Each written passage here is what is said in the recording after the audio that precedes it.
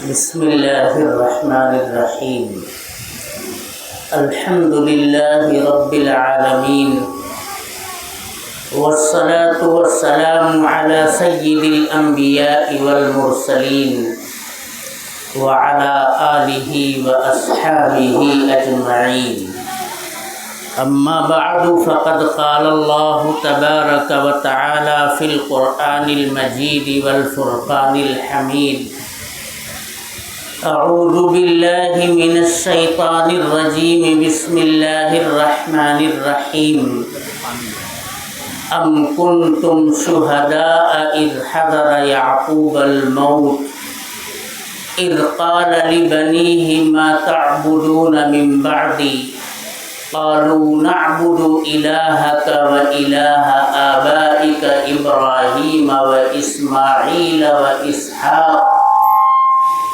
وإسحاق إله واحدا ونحن له مسلمون صدق الله مولانا العظيم وقال النبي صلى الله عليه وسلم ما اجتمع قوم في بيت من بيوت الله يتلون كتاب الله ويتدارسونه إلا حفتهم الملائكة وغشيتهم الرحمة ونزلت عليهم السكينة وذكرهم الله في من عنده ومن بطأ به عمله لم يسرع به نسبه او كما قال عليه الصلاة والسلام۔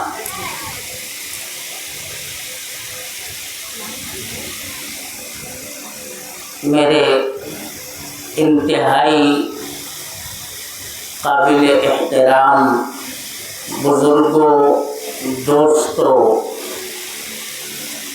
اور موقر علماء کرام، بالخصوص حضرت مولانا عبدالواحد صاحب قاسمی دامت برکاتہم، حضرت مولانا عبدالغفار صاحب، اور آج کی نظامت جن پر رشک کر رہی ہے ہمارے ڈاکٹر محمد اطہر صاحب، ہم حضرت مولانا محمد شاہد صاحب قاسمی مدظلہ العالی کی طرف سے آپ تمام احباب کے ممنون ہیں، مشکور ہیں۔ آپ نے بھی اپنا قیمتی وقت دیا اور اپنی ناصحانہ باتوں سے ان طالبات کو نوازا۔ گاؤں کی خواتین بھی یہاں موجود ہیں، معلمات بھی ہیں، بلکہ میں نے تو دیکھا ہے کہ دور دراز سے بھی یہاں خواتین ماشاءاللہ تشریف فرما ہیں۔ ہاں ماشاءاللہ بسیہ تک کی عورتیں ہیں، مہلی کی ہیں، چتہی کی ہیں، اپنا چھوٹا بھگوتی پور ہے، مہولیہ ہے، پورا بھگوتی پور ہے، مراد پور ہے، مختلف مقامات سے یہاں طالبات بھی تشریف فرما ہیں اور خواتین اسلام بھی آئی ہیں۔ ہمارے حاجی اصغر علی صاحب بھی موجود ہیں۔ ماشاءاللہ بہت بڑی بات ہے کہ یہ ایک گلشن جسے مرحوم الحاج نصیب اللہ خان صاحب نے اپنی حجن مقصوم مرحومہ کے نام پر قائم کیا تھا۔ ایک وقت تھا کہ ننھے سے پودے کی شکل میں یہ وجود پذیر ہوا تھا اور گاؤں کے اندرون میں اس کا نظام ابتداءً برپا کیا گیا تھا، جو آج بھی ماشاءاللہ اس کی عمارات موجود ہیں۔ اب یہ ایک اتنا تناور درخت بن چکا ہے کہ میں تو اپنے حلقہ احباب میں جب کوئی پوچھتا ہے کہ آپ کے علاقے میں بھی کوئی نسواں ادارہ ہے، ہم دیکھتے ہیں، سنتے ہیں اس کی کچھ سرگرمیاں کبھی کبھی واٹس ایپ پر سوشل میڈیا پر نظر آ جاتی ہیں، تو میں یہ بڑے ہی فخر کے ساتھ کہتا ہوں کہ وہ صرف مدرسہ نہیں بلکہ اپنے علاقے کا وہ ام المدارس بن چکا ہے آج ماشاءاللہ۔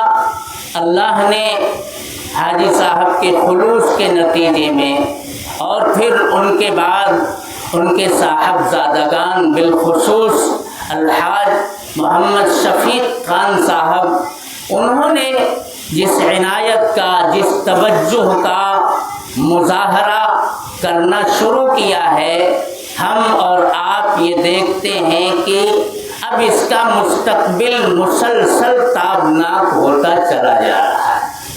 کوئی معمولی بات نہیں ہے، بالکل لبے روڈ اتنی بڑی زمین اور پھر اس زمین کے اوپر اتنی پرشکوہ عمارت اور تمام تر اسباب سے، آلات سے مزین اور خوبصورت، اور پھر چہار دیواری یعنی مکمل حجاب اور پردے میں رہ کر کے ہماری بچیاں یہاں پر تعلیم اور تربیت کے زیور سے لیس ہو رہی ہیں، آراستہ ہو رہی ہیں، اور باپردہ پاک باز خواتین اسلام اور معلمات کے جلوں میں رہ کر کے، ان کی تربیت اور آغوش میں رہ کر کے ان سے تربیت اور تعلیم کا یہ اپنا مسئلہ حل کر رہی ہیں۔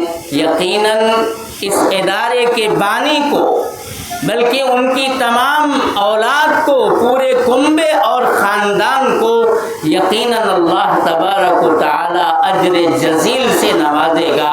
ہم سب ان کے حق میں دعا کریں، اللہ تعالی ان کے اولاد و احفاد کے اندر بھی یہی توجہ اور یہی عنایت ہمیشہ اپنے دل میں بسانے کی توفیق مرحمت فرمائے، اور یہ ادارہ اسی طرح سے کام کرتے کرتے اپنا پورا علاقہ سنوارتا اور بناتا چلا جائے۔ اس میں جہاں ایک طرف ان مخلصین کی توجہات کا دخل ہے، وہیں میں مبارکباد 100 بار پیش کروں گا حضرت مولانا محمد شاہد صاحب قاسمی دامت برکاتہم کی خدمت عالیہ میں، جو اس ادارے کی نظامت اور سرپرستی نگرانی فرماتے ہیں، اور اپنی محترمہ آپا جان کا بھی ہم سب کو ممنون اور مشکور رہنا چاہیے، جنہوں نے اپنا دیش، اپنا گاؤں اور اپنا وطن چھوڑ کر کے، جبکہ اچھا مشاہرہ، اچھی تنخواہ اور اچھی سیلری وہاں پر ان کا اپنا جامعہ وہاں پر چل رہا ہے۔ حضرت مولانا ایک مرتبہ مجھ کو بھی وہاں لے کر کے گئے، حضرت مولانا عبد الواحد صاحب، مولانا عبد الغفار صاحب تو ابھی اسی سال وہاں سے ہو کر کے آئے،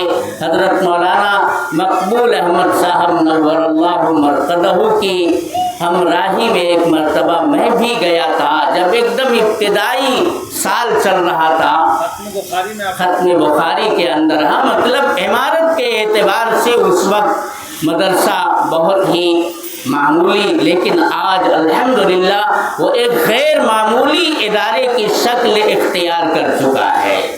تو ہماری آپا اگر چاہیں تو اپنے ادارے میں بیٹھ کر کے وہاں بھی، لیکن ایک محبت اس علاقے سے اور علاقے کے اندر جو انہوں نے تعلیمی اور تربیتی سلسلے کا اس مقسوم العلوم سے آغاز کیا تھا، اس کو پروان چڑھانے بلکہ اوج ثریا تک پہنچانے کا انہوں نے جو عزم مصمم اور ایک نیک ارادہ کیا تھا، اسی ارادے کو، اسی عہد و پیمان اور وعدے کو نبھانے کے لیے یہاں ماشاءاللہ وہ مسلسل اپنی خدمات انجام دے رہی ہیں، اور ہمیں معلوم ہے کہ سینکڑوں کی تعداد میں اب یہاں پر بچیاں پڑھ رہی ہیں، اور کئی درجن ہماری بچیاں یہاں سے فارغ ہو کر کے کوئی گردھر پور میں، کوئی پولی میں، کوئی چھتہی میں، کوئی نامن میں، ملک کے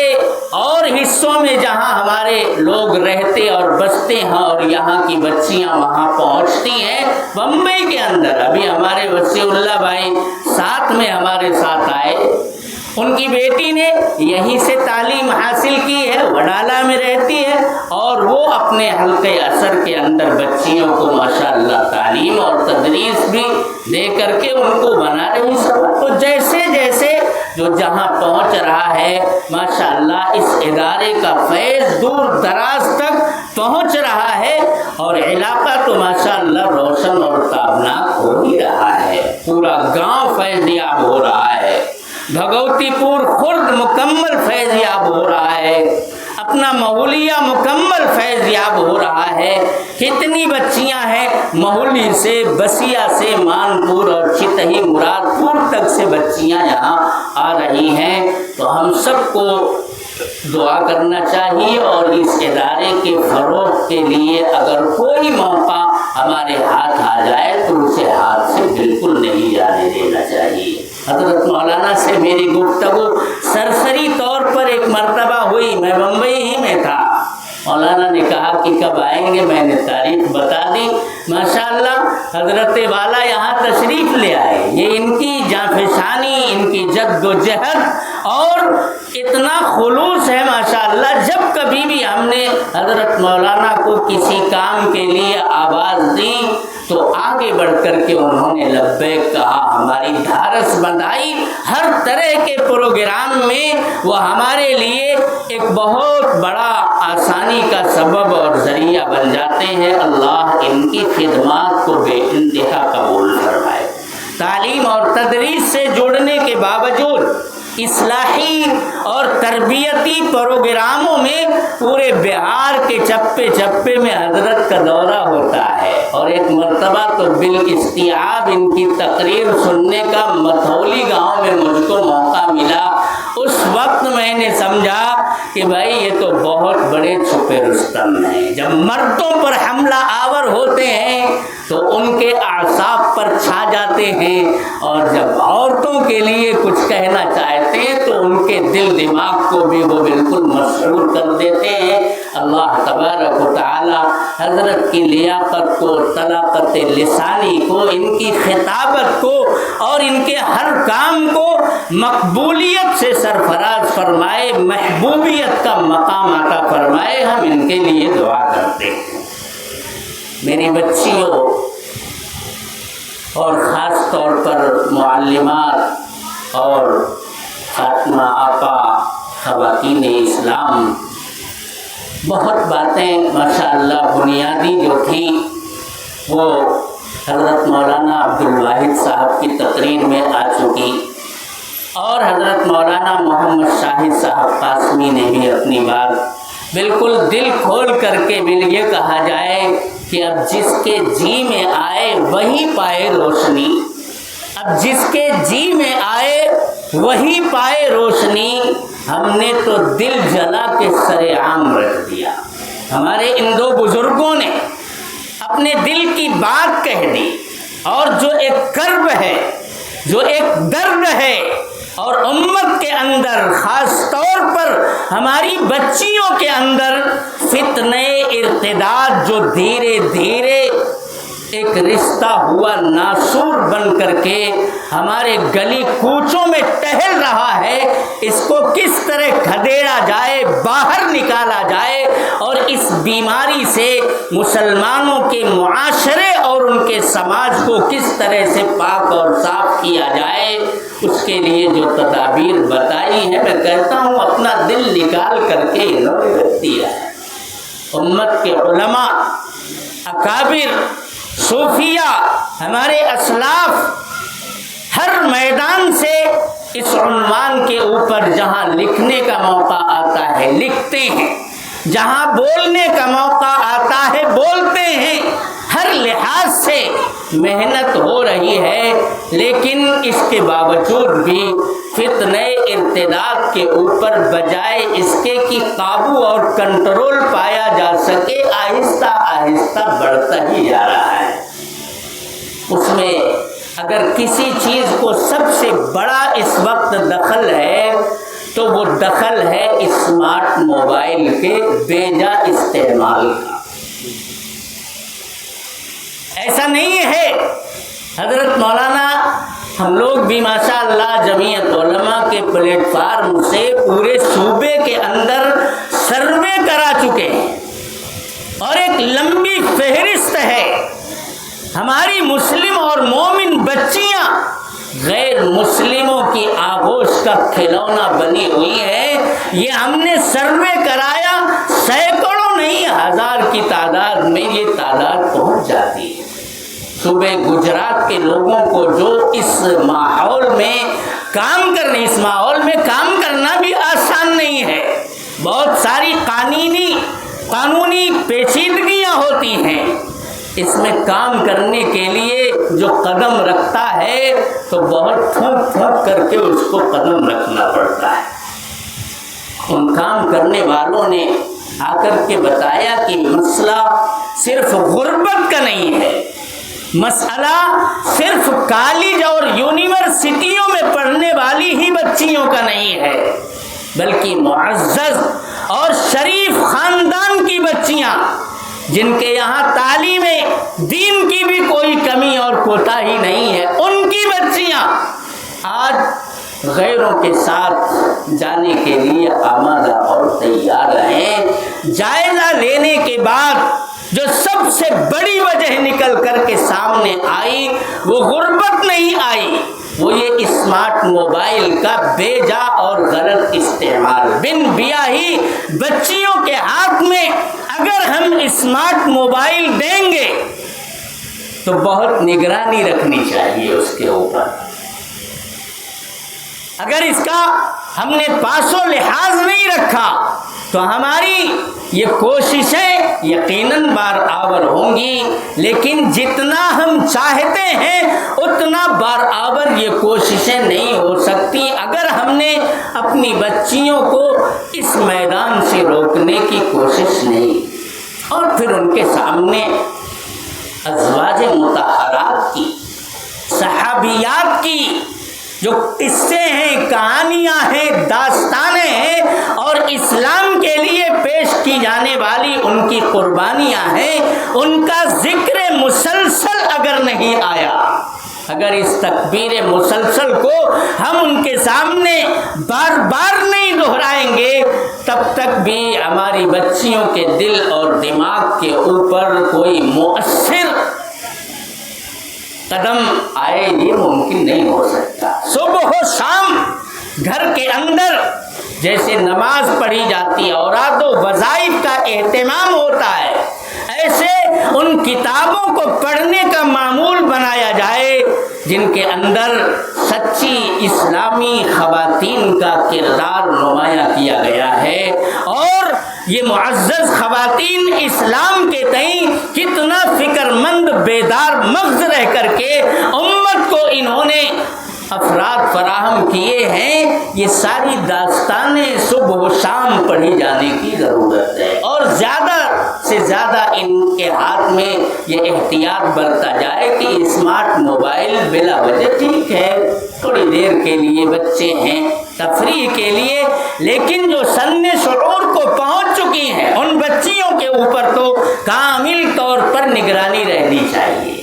اللہ تبارک و تعالی ہماری بچیوں کو خود سمجھنے کی توفیق مرحمت فرمائے. اسلام نے ایک پاکیزہ زندگی کا نظام عطا کیا ہے اور الحمدللہ ہماری یہ طالبات اپنی معلمات کی سرپرستی میں، ان کی آغوش میں، ان کے جلوں میں، ان کے آس پاس ارد گرد رہ کر کے وہ ساری تعلیمات حاصل کر رہی ہیں. اور آپ جانتی ہیں العلم نور، علم ایک نور ہے،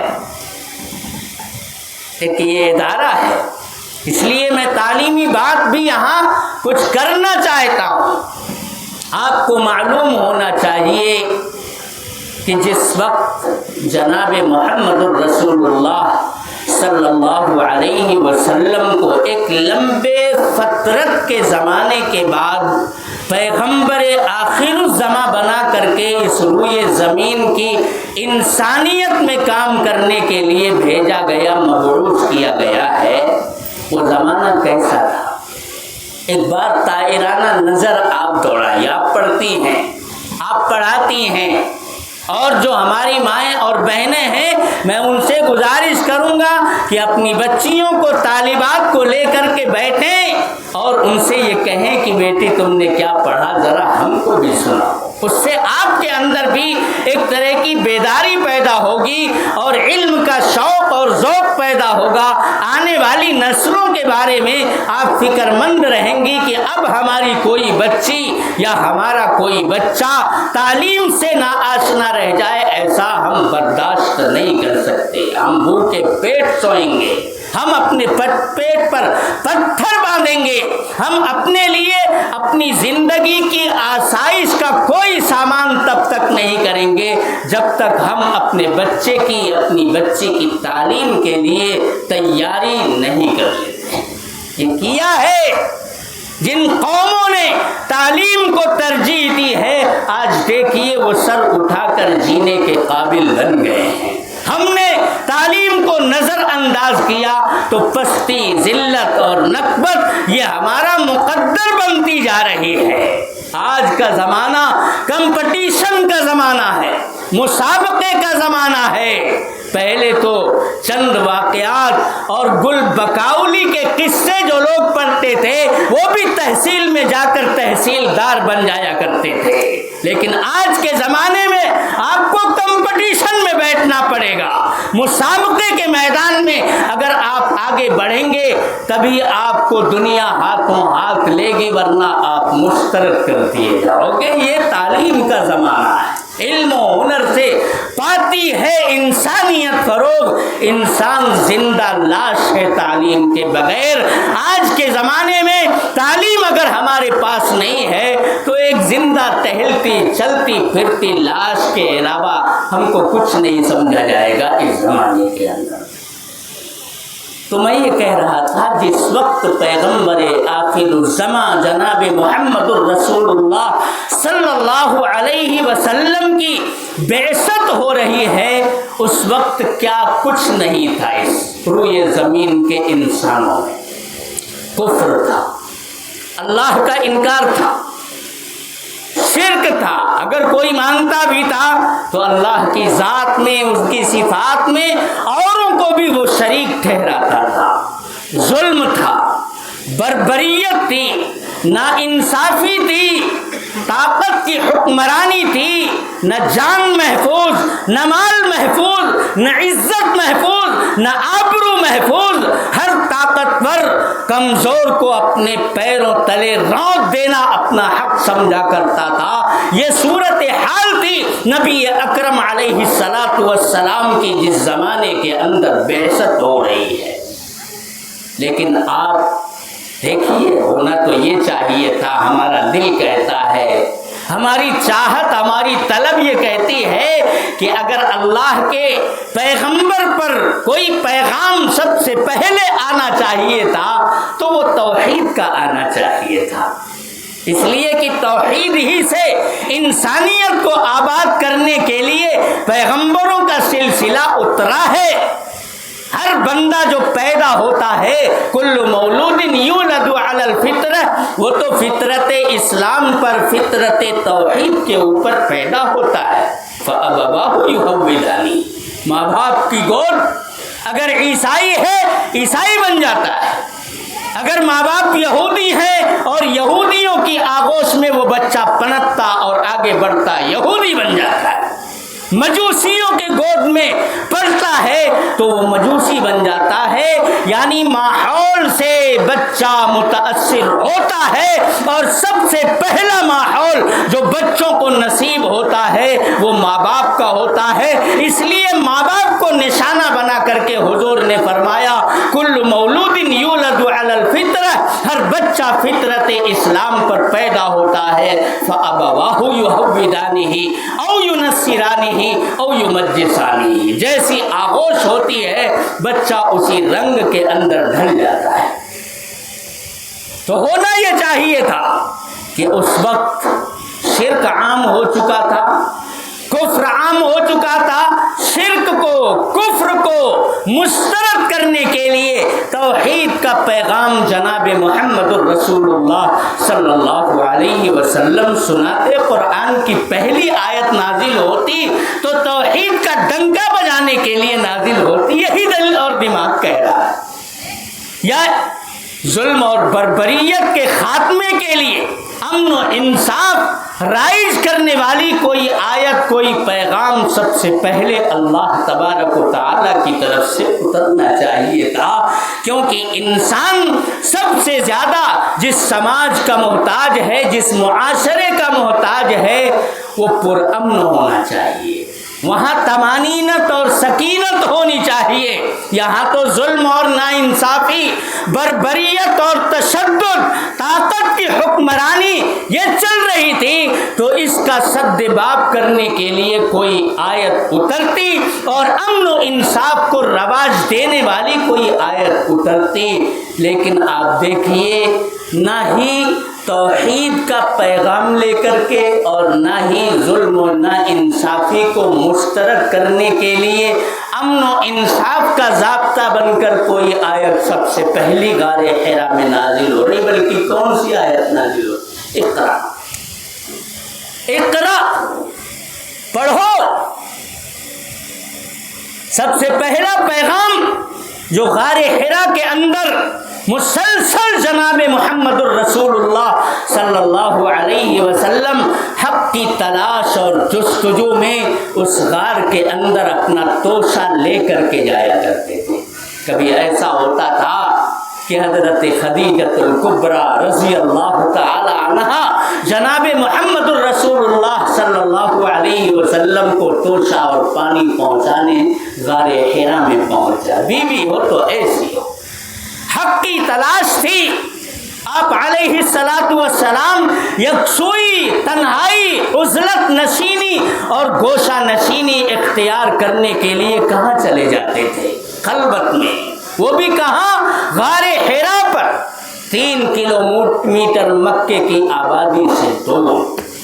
اور آج بھی اگر ہم جیسے جوان لوگ بھی چڑھنا چاہیں تو کوئی آسان کام نہیں ہے. تنہائی خود ایک عبادت تھی. آپ وہ عبادت تھی, اور جو بھی آپ سے ممکن ہو سکتا تھا اپنی زبان سے, اپنے تصورات سے حق کی تلاش کے لیے کرنا, وہ کر رہے تھے.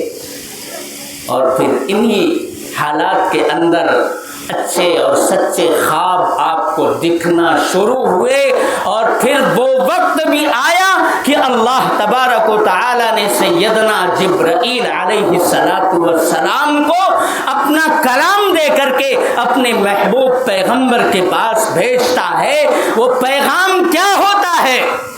نہ اس میں توحید کا اعلان ہے, نہ اس میں شرک اور بت پرستی کی کوئی مذمت ہے, نہ اس میں بربریت اور ظلم کے خاتمے کی کوئی بات آ رہی ہے صاف صاف, اور نہ امن و انصاف کے قیام کا وہ کوئی طومار اس کے اندر نظر آتا ہے. بلکہ کیا نظر آ رہا ہے؟ اقرا, پڑھو. علماء مفسرین حیران ہیں, پریشان ہیں, اور پھر بالآخر ایک نتیجے پر پہنچتے ہیں کہ واقعی اگر قراءت آ جائے, اگر تعلیم آ جائے, اور قرآن کے اندر جب بھی تعلیم اور علم کی بات آتی ہے تو آپ اسے دنیا کے علوم پر بلا وجہ منطبق کرنے کی کوشش مت کرو. اس سے علم وحی اور علم الہی مراد لیا جاتا ہے. اللہ تبارک و تعالی نے اقرا کے فوراً بعد بسم ربک الذی خلق, علم کی رہ بحق نمایت جہالت است. کیا آج علم کی, ہنر کی, فن کی کوئی کمی اس دنیا کے اندر ہے؟ لیکن مر گئی ساری غیرتیں, ذلتیں میرے دوستو انسانی اقدار کو آج روکتی چلی جا رہی ہیں. ایسی تعلیم سے کیا فائدہ؟ ہم کسی تعلیم کے مخالف نہیں ہیں. ہمارا بچہ اچھا ڈاکٹر بنے, لیکن علم الہی اور علم وحی سے آشنائی کے بعد وہ ہمارے ان علوم کا ٹھٹھا کرتا اور استہزاء کرتا نہ پھرے. ہمارے بچوں کے ساتھ میرے دوستو جو حفاظ بن رہے ہیں، جو علماء بن رہے ہیں، جو مفتیان بن رہے ہیں، غیر تو ٹھٹھا کرتا ہی ہے، چند ٹکے کے لوگ ہمارے ہی اندر کھڑے ہوتے ہیں اور ان علماء کرام کے دامن کو تار تار کرنے کی کوشش کرتے ہیں۔ اللہ تبارک و تعالی ہمیں بچنے کی توفیق مرحمت فرمائے۔ میں یہ کہہ رہا تھا کہ اقرا سے اگر مراد ہم اس کو دنیاوی تعلیم کے اوپر مسلسل منطبق کر رہے ہیں تو ہم اس سے متفق نہیں ہیں۔ اللہ تعالیٰ یہ کہہ رہے بسم ربک الذی خلق، اس پروردگار کا نام لے کر کے پڑھو، اس کی عظمتوں کو اپنے تصورات میں رکھ کر کے پڑھو۔ الذی خلق، جس نے نطفہ ناپاک سے تم کو خون کی شکل دی اور پھر اسی کو علق بنایا، منجمد خون، اور پھر اسی کو گوشت کے ریشے کی شکل دی اور اس میں ہڈیاں پہنائی، جان ڈالی، ایک نطفہ ناپاک کو خوبصورت گل اور پھول کی طرح سے جس نے پیدا اور برپا کیا ہے، اس پروردگار کے نام کو لے کر کے پڑھو، اس کا یقین، اس کے اوپر ایمان رکھ کر کے پڑھو۔ آج دنیا کے جھمیلوں میں، اس کی لذتوں میں اور اس کی مرغوبات میں ہم اور آپ اتنا سرمست ہو گئے، اتنا سرمست ہو گئے کہ اسی دنیا کو اور دنیا کے فنون اور کمالات کو حاصل کرنا معراج سمجھ لیا ہے۔ چند بچے UPSC میں نہیں کیا پاس ہو گئے، پورا ڈھلورا، لیکن کوئی عالم ہو، کوئی فاضل ہو، اس کے لیے ہمارے اور آپ میں کتنے دل کے اندر وقات پیدا ہوتی ہے۔ ہم بالکل حوصلہ افزائی کریں گے ان تمام بچوں کی جو UPSC IAS بن رہے ہیں، IPS بن رہے ہیں، نیٹ کے میدان میں الحمدللہ ہمارے علاقے کے چند بچوں نے کامیابی حاصل کی ہے۔ ہم ان کی پذیرائی کرتے ہیں، انہیں اپنے سر پر بٹھاتے ہیں۔ ہمارے یہاں حوصلہ افزائی میں کوئی دریغ نہیں ہے، لیکن اللہ تبارک و تعالیٰ کی وحدانیت، جناب محمد الرسول اللہ صلی اللہ علیہ وسلم کی رسالت اور نبوت کا پاس و لحاظ، آپ کی سیرت اور آپ کی سنت سے اپنے سراپا کو سجانا، یہ ہمارا اولین فریضہ بنتا ہے، سب سے پہلی ذمہ داری بنتی ہے۔ اس دنیا کی حیثیت اور حقیقت ہے کیا؟ ہم دنیا کے علوم و فنون حاصل کر کے کیا کرتے ہیں؟ اپنی دنیا کو پر آسائش بناتے ہیں۔ پیسہ ملے گا، اچھا مکان، اچھی گاڑی، بڑی کھیتی جائیداد، دکانیں، بلڈنگ، مکان، یہ سب بنا لیں گے اور ایک پرتعیش زندگی ہم خود بھی گزاریں گے، ہمارا کنبہ اور خاندان بھی، سب لوگ آسائش اور راحت کے ساتھ اپنی زندگی گزار لیں گے۔ یہ دنیا جانتے ہو کتنے ٹکے کی ہے؟ ایک مرتبہ جناب محمد الرسول اللہ صلی اللہ علیہ وسلم مدینۃ المنورہ کی گلی میں سے گزرتے گزرتے ایک راستے پر چل رہے ہیں اور آپ ایک ایسے مقام پر ٹھہر گئے جہاں گاؤں کا کوڑا کرکٹ پھینکا جاتا۔ تو ماشاءاللہ ہمارا گاؤں ہے، یہاں تو گھور سب لوگ جانتے ہیں، گھور پر کیا پھینکا جاتا ہے؟ یہ کپڑے بوسیدہ ہوں گے، گھور پر جائیں گے، یہ گھڑی ٹوٹے گی، گھور پر جائے گی، یہ موبائل خراب ہوگا، گھور پر جائے گا۔ ہمارے یہ جتنے اسباب آسائش ہیں، ٹوٹنے، پھوٹنے، بکھرنے، بوسیدہ اور پرانا ہونے کے بعد سب وہیں جا کر کے منتج ہونے والے ہیں، سب کا نتیجہ اور مآل یہی ہے، اس گھور پر لے جا کر کے پھینک دو، پانی ڈال کر کے سڑاؤ اور پھر اسے کھیتیوں میں لے جا کر کے ڈال دو، کھاد کی شکل میں ان کو استعمال کیا جائے گا۔ حضور نے فرمایا من سرہ ان ينظر الى الدنيا بحذافيرها فلينظر الى هذه المزبلہ، جسے ساری کائنات کو اپنی تمام تر رنگینیوں کے ساتھ دیکھنا ہو، وہ اس گھور کو آ کر کے دیکھ لے۔ جو کھایا وہ بھی بول و براز کی شکل میں نکل کر کے اسی گھور پر پہنچ گیا، جو پہنا اوڑھا وہ بھی یہی پہنچ گیا، جتنے اسباب آسائش تھے سب خراب اور بوسیدہ ہونے کے بعد یہیں آ کر کے منتج ہوتے ہیں۔ تو تمہاری تو ساری کائنات کا نتیجہ یہ گھور ہے، اس کی کیا حیثیت کیا حقیقت ہے. فَلْيَنْظُرْ إِلَىٰ هَٰذِهِ الْمِزْبَلَةِ. اس کے بعد آپ نے ارشاد فرمایا لَوْ كَانَتِ الدُّنْيَا تَعْدِلُ عِنْدَ اللَّهِ جَنَاحَ بَعُوضَةٍ مَا سَقَىٰ كَافِرًا مِّنْهَا شَرْبَةً. اگر یہ دنیا اللہ کی نظر میں ایک مکھی کے پر کے برابر بھی ہوتی تو جو لوگ اللہ کی شان میں گستاخی کرتے ہیں، اس کا انکار کرتے ہیں، اس کی ذات و صفات میں علانیہ شرک کرتے ہیں یا خفاءً چھپ کر کے پوشیدگی میں شرک کرتے ہیں، ایسے لوگوں کا حقہ پانی اس دنیا میں بند کر دیا جاتا. لیکن اس دنیا کی کوئی حیثیت نہیں. یہ ایک امتحان حال ہے، اس میں تم جیسا چاہو اپنے گھمنڈ کا، غرور کا، انانیت کا استعمال کرو. اچھا کرو گے نتیجہ اچھا نکلے گا، برا کرو گے صفر پاؤ گے، تھو تھو کیے جاؤ گے. تو اس دنیا کے اندر اللہ تبارک و تعالی نے ہم کو آزمانے کا فیصلہ کیا ہے.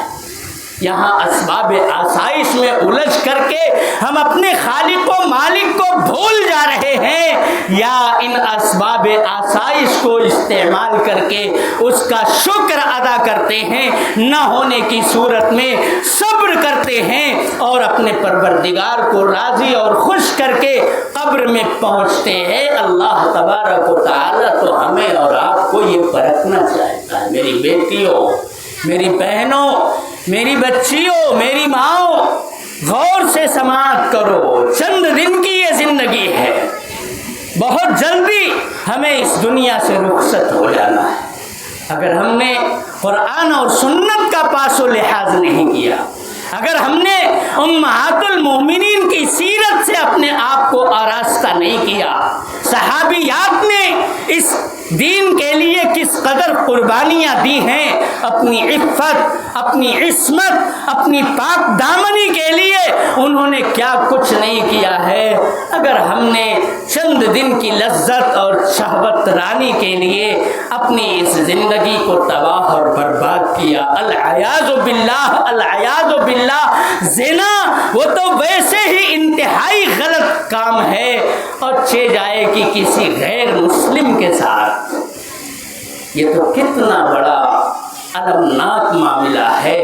تمام اکابر اور اسلاف اس کا سدباب کرنے کے لیے کہ اپنے دین سے برگشتگی، جس دین نے خوبصورت کلمہ دیا، جس دین نے ہمیں ایک بہترین طریقے عبادت نماز عطا کی، جس دین کے صدقے میں ہمیں روزے کا تصور دستیاب ہوا، جس دین کے نتیجے میں ہمیں کمزوروں کی، مفلوق الحالوں کی خبر گیری کے لیے زکوٰۃ اور صدقات جیسا نظام ملا، جس سے ہم غربت کا اپنے سماج سے خاتمہ کر سکتے ہیں اور ہر ایک کو اپنے پیر پر کھڑا کرنے کا سبب مہیا کر سکتے ہیں. جس دین نے ہمیں پردہ دیا، حجاب دیا، اپنی عزت و عفت کی حفاظت کے لیے جس نے ہمیں روڈ میپ دیا، طریقے زندگی عطا کیا، اس دین سے ہم پھر جائے. ارتداد کے معنی ہی برگشتہ ہو جانا،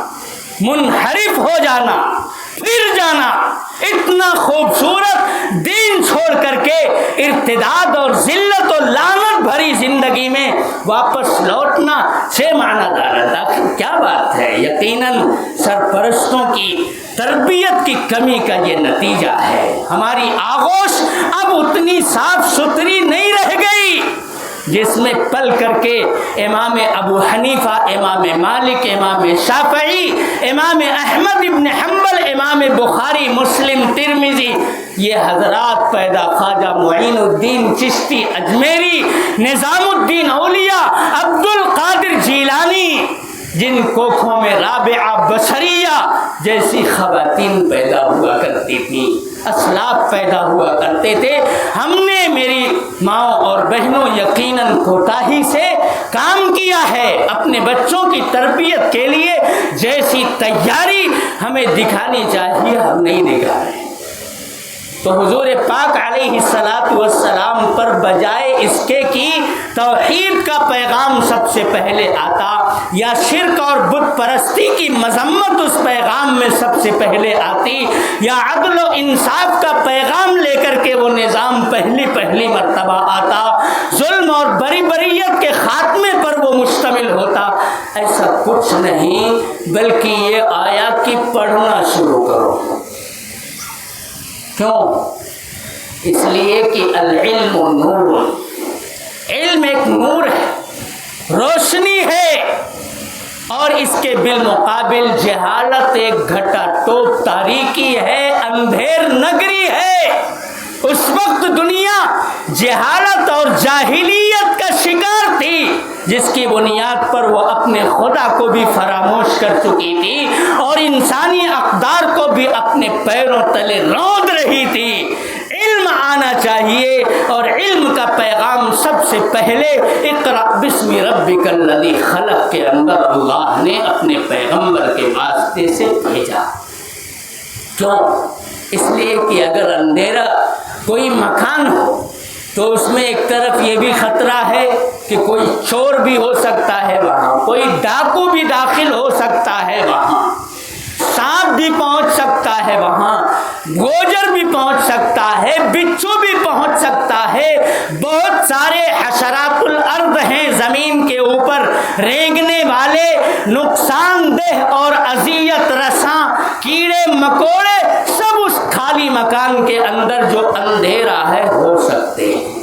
ہر طرح کی نقصان پہنچانے والی چیز وہاں پر ہو سکتی ہے، لیکن وہاں ایک چراغ آپ روشن کر دیجیے، سارا اندھیرا دور، فوراً وہ چور ڈاکو چوکنا ہو جائے گا، بھاگے گا، سانپ اپنی بل میں، بچھو اپنی ڈگر پر چل پڑے گا، جتنے حشرات الارض ہیں وہ سب اپنی اپنی جگہوں کے اندر چلے جائیں گے، آپ کے اس اجالے بھرے مکان کو چھوڑ دیں گے، اب کوئی دوسرا اندھیرا گھر وہ تلاش کریں گے۔ تو حضور پاک علیہ الصلاۃ والسلام کے اوپر اللہ نے تعلیم کا پیغام سب سے پہلے بھیج کر کے گویا یہی کہا ہے کہ ایک ایک برائی کو نشانہ بنا کر کے ہم بہت ساری باتوں کو اگر دور کر، اس کو ایک ہی جملے میں سب دور کر دیتے۔ ایک طرف علم کی روشنی سے اپنے آپ کو سراپا کو جلوہ گر کر لو تو ظاہری اور باطنی تمام قسم کی برائیاں اور گندگیاں، یہ جتنی اندھیریاں ہیں، یہ سب خود بخود دور ہو جائیں گی۔ علم کا چراغ روشن کرو، نماز بھی پڑھو گے، چوری بھی نہیں کرو گے، گالی بھی نہیں دو گے، بددیانتی بھی چلی جائے گی، بے پردگی بھی چلی جائے گی، عصمت اور عزت کی حفاظت کا بھی تمہارے دل اور دماغ میں ایک تأثر قائم ہوگا۔ علم آنے کے بعد ہر قسم کا اندھیرا چھٹ جائے گا اور ساری برائیاں ختم ہو جائیں گی۔ اس لیے سب سے پہلے قراءت کا مسئلہ اللہ نے اٹھایا۔ یہی وجہ ہے کہ جناب محمد الرسول اللہ صلی اللہ علیہ وسلم جب مکۃ المکرمہ میں اپنا پیغام لا الہ الا اللہ محمد الرسول اللہ کہنے کی دعوت دے رہے، یا ایھا الناس قولوا لا الہ الا اللہ تفلحون، اے لوگوں اس کلمے کے اوپر آ جاؤ، تمہاری دنیا اور آخرت دونوں سنور جائے گی۔ تو کتنے شدید مخالف ہوئے لوگ، آپ کے کنبے اور خاندان کے لوگ، چچا ابو لہب کتنا برہم ہوا اور یہ کہتا ہوا چلا گیا، کیا اسی کام کے لیے تم نے ہم کو جمع کیا تھا؟ آپ کا ٹھٹھا اڑایا، مذاق کیا، یعنی پورا مکہ مخالف ہو گیا۔ چند گنے چنے لوگ تھے جو آپ کے دست حق پرست پر مومن اور مسلمان ہو چکے تھے، اپنا دل دے چکے تھے آپ علیہ الصلاۃ والسلام کو، باقی تو مخالفتیں زوروں پر تھیں، اتنی مخالفت تھی کہ آپ کو اپنے شہر میں، اپنے گاؤں میں بھی نظر بندی کی زندگی گزارنی پڑی۔ ایسے پرآشوب اور مشکل مرحلے میں بھی آپ نے تعلیمی سلسلے کو جاری رکھنے کے لیے دار ارقم میں میرے دوستو یہ نظام برپا کیا۔ آپ سے آ کر کے صحابہ صحابیات آپ سے علم سیکھا کرتے تھے، جبکہ آپ کی معیشت بگڑی ہوئی ہے، آپ کو سہارا دینے والے لوگ نہیں ہیں، آپ کا بائیکاٹ ہو رہا ہے۔ ایسے مشکل مرحلے میں بھی جناب محمد الرسول اللہ صلی اللہ علیہ وسلم نے تعلیمی سلسلے کو جاری رکھنے اور پروان چڑھانے کے لیے دار ارقم کو مرکز تعلیم بنایا اور وہاں سے صحابہ اور صحابیات کو علم کی روشنی سے منور فرماتے رہے۔ اور پھر جب ایک وقت آیا کہ یہاں سے کوچ کر کے اللہ کی اجازت سے آپ مدینۃ المنورہ پہنچتے ہیں اور صحابہ کرام بھی بڑی تعداد میں وہاں پہنچتے ہیں، آپ جان سکتے ہیں کہ اچانک مدینے کی آبادی میں اتنے ڈھیر سارے لوگوں کا آ جانا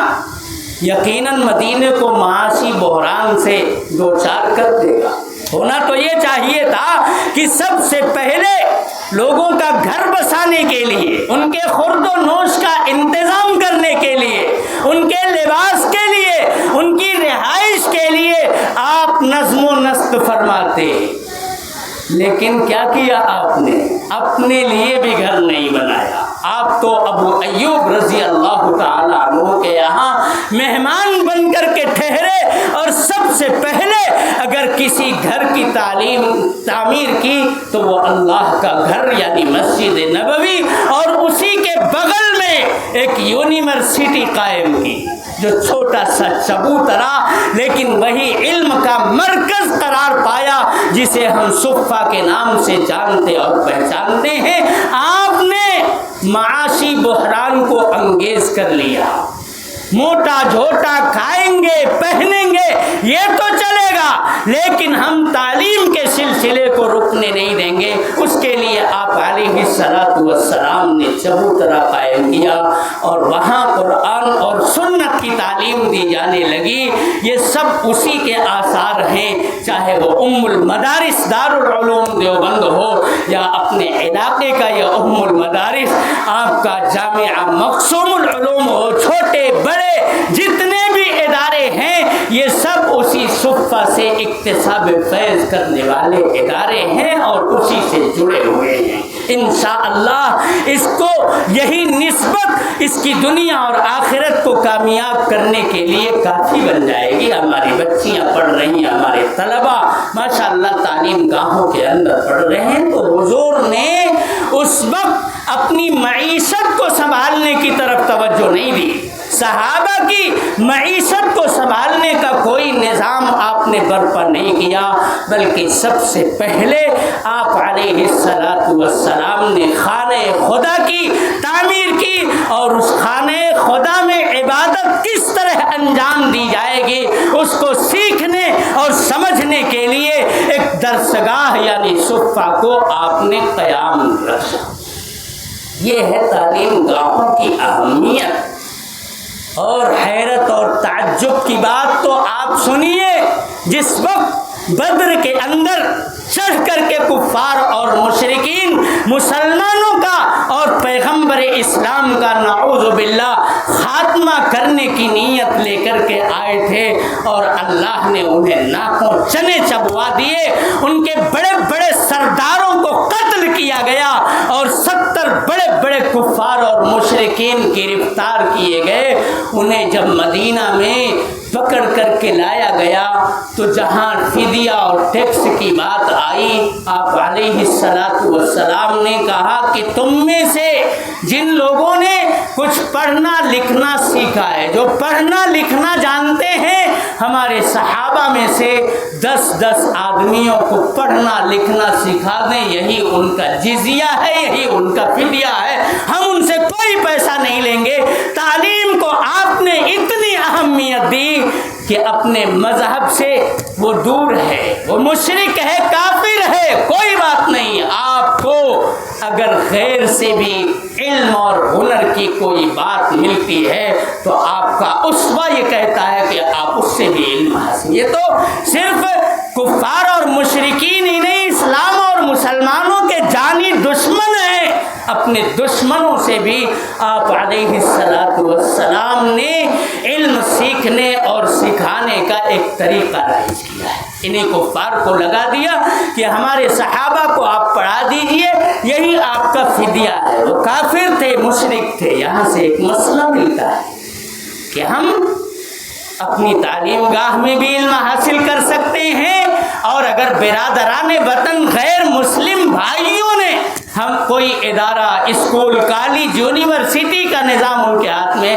بالکل ہم ان کی درسگاہوں میں اپنے بچوں کو بھیج سکتے ہیں۔ جب آپ نے اپنے دشمنوں سے سیکھنے اور سکھانے کی ترغیب دی ہے تو یہ تو صرف ہمارے ہم مذہب نہیں ہیں، ان سے بھی یقیناً سیکھنے کی اجازت ہوگی۔ الحکمت ضالۃ المؤمن، یہ تو مومن کا گم شدہ سرمایہ ہے، وہ جہاں ملے وہاں سے اس کو حاصل کرنے کی کوشش کرنی چاہیے۔ الغرض آپ علیہ الصلاۃ والسلام نے تعلیم کو، علم الہی کو، علم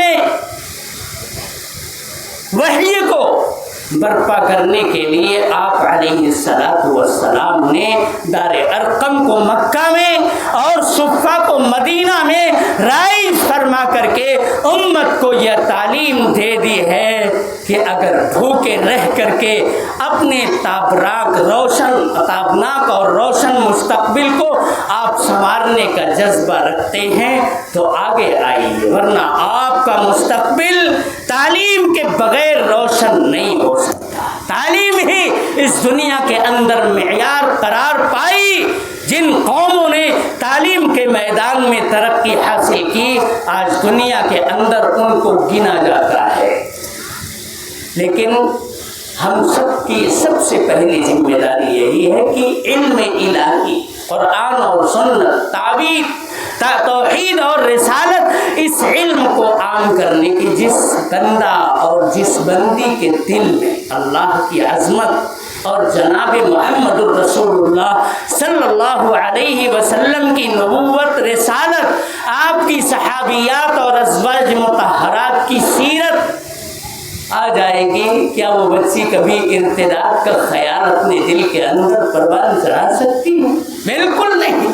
اسے تو نماز سے محبت، اسے تو روزے سے الفت ہے، اسے تو لا الہ الا اللہ، سبحان اللہ، الحمدللہ، ولا الہ الا اللہ واللہ اکبر کی زمزمہ زنگی سے سروکار ہے۔ وہ گانے اور موسیقی کی محفلوں کے اندر کبھی اپنے آپ کو مسرور اور مطمئن نہیں پا سکتی ہے۔ اسے تو وہ درسگاہ چاہیے جہاں قال اللہ اور قال الرسول کی صدائیں گونجتی ہوں، جس کے بارے میں جناب محمد الرسول اللہ صلی اللہ علیہ وسلم نے ارشاد فرمایا ہے، مجتمع قوم فی بیت من بیوت اللہ یتلون کتاب اللہ ویتدارسونہ الا حفتهم الملائکہ۔ وہ فرماتے ہیں کہ کوئی قوم، کوئی طبقہ، کچھ لوگ اگر یہ نیت لوگ لے کر کے، یہ اللہ کا گھر ہے، یہ کیا ہے؟ درسگاہ، وہ درسگاہ جہاں قرآن اور سنت کی تعلیم جاری رہتی ہے، ہوتی رہتی ہے، وہ بھی اللہ کا گھر ہے۔ اللہ کا نام لیا جاتا ہے، اس کی عظمتوں کے ترانے پڑھے جاتے ہیں، اس کے پیغمبر کے نظام کو دہرایا جاتا ہے۔ مجتمع قوم فی بیت من بیوت اللہ، اللہ کے گھر میں جب کچھ لوگ کہیں اکٹھا ہوتے ہیں، یتلون کتاب اللہ، وہاں اللہ کی آیات کی تلاوت کرتے ہیں، ویتدارسونہ، اور قرآنی آیات کا درس و تدریس وہاں پر ہوتا رہتا ہے، الا حفتهم الملائکہ، تو اس پورے طبقے کو چہار دیواری تک گھیر کر کے فرشتے رکھتے، وغشیتہم الرحمہ، اللہ تبارک و تعالیٰ کی رحمتوں کا مسلسل نزول موسلادھار بارش کی طرح سے اس مقام کے اوپر ہوتا رہتا ہے۔ وَنَزَلَتْ عَلَيْهِمُ السَّكِينَةُ، اور انہیں طمانینت اور سکینت سے اللہ تبارک و تعالیٰ مالا مال کر دیتے ہیں۔ وَذَكَرَهُمُ اللَّهُ فِي مَنْ عِندَهُ، یہاں وہ اللہ اور اللہ کے رسول اور ان کے پیغام کو عام کرنے کی بات کرتے ہیں، اللہ تعالیٰ اپنے اپنے فرشتوں کے بیچ میں ان کی باتیں رکھ رکھ کر کے فخر فرماتے ہیں کہ دیکھو جن بندوں نے مجھے دیکھا تک نہیں وہ میری عظمتوں کے ترانے پڑھ رہے ہیں، اے فرشتوں دیکھو تو صحیح۔ وَذَكَرَهُمُ اللَّهُ فِي مَنْ عِندَهُ، یہ ہو رہا ہے ہمارے ساتھ، ہمارا پروردگار یہ کر رہا ہے، فرشتوں نے گھیر کر کے رکھا ہے، رحمتوں کا نزول ہو رہا ہے، طمانینت اور سکینہ سے ہم مالا مال ہیں، اور اللہ تبارک و تعالی اپنے فرشتوں کے بیچ میں ہمارا تذکرہ فرما رہے ہیں۔ اس سے بڑی عظمت اور کیا چاہیے؟ یہ دنیا، اسی کی آسائش، یہ پنکھا، یہ لائٹ، یہ تو مل کر کے مقدر کے بقدر رہے گا۔ اصل کامیاب تو وہ ہے جو اسی دنیا کے اندر اگر زیادہ ملا ہے تو شکر کے ساتھ، کم ملا ہے تو صبر کے ساتھ اپنے پروردگار کی قضا و قدر کے اوپر راضی رہ کر کے اسے منا لے جائے، اسے خوش کر لے جائے، اور مذہب اسلام کی نمائندگی کا جذبہ لے کر کے آگے بڑھے۔ بڑا خوش آئند قدم ہے حضرت مولانا محمد شاہد صاحب قاسمی دامت برکاتہم نے یہ عزم کر رکھا ہے کہ علاقے کے چپے چپے میں، ہر چھوٹے بڑے گاؤں میں ہم اپنی معلمات کو محترمہ آپا جان کی نگرانی میں، بلکہ ان کی سرکردگی میں بھیج کر کے اپنی بچیوں میں پردے کا اہتمام، حجاب کا اہتمام، ان کی عزت اور